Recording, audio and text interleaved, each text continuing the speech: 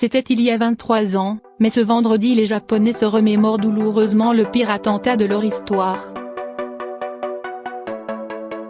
Le 20 mars 1995, des poches de gaz sarin sont percées à l'aide de pointes de parapluie dans les rames bondées du métro Tokyo, causant la mort de 13 personnes et en intoxiquant 6000. Derrière cette attaque, la secte Homme Vérité Suprême, dirigée par le gourou Shoko Asahara.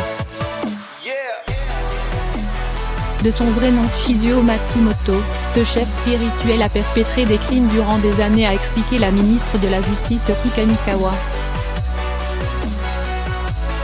Les 6 autres condamnés ont eux joué un rôle majeur dans de nombreux délits en suivant les ordres d'Asahara.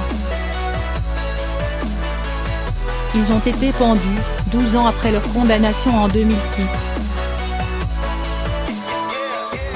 Jusqu'à 10 000 disciples au Japon. Avant l'attaque de Tokyo, la secte avait aussi commis un attentat dans le métro de Matsumoto avec le même procédé.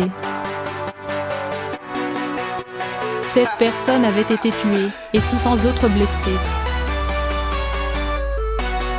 En 1999, la secte Homme avait reconnu sa responsabilité dans ces attaques et 190 membres avaient été condamnés à diverses sentences.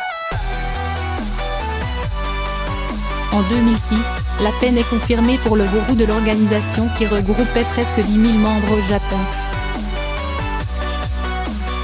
Il est alors condamné à mort avec 12 complices.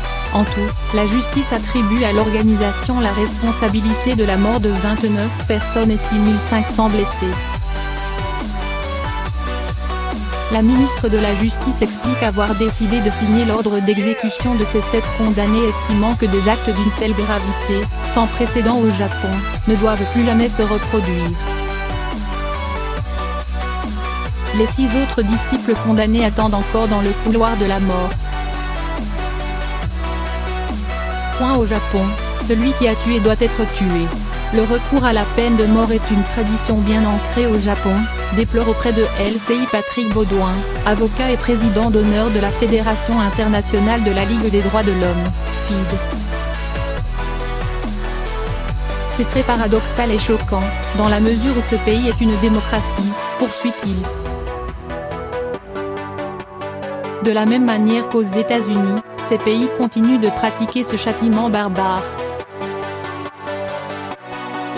L'exécution des 7 membres de la secte Homme porte à 26 le nombre de personnes mises à mort sous le gouvernement actuel, en place depuis 2012, et 124 personnes sont condamnées à mort dans le pays. Le Japon est insensible aux critiques sur cette question, on a pourtant multiplié les démarches, en vain, regrette l'avocat, ancien président de la FID et détaché sur des missions diplomatiques contre la peine de mort au Japon. Je n'ai vu aucune évolution depuis une trentaine d'années.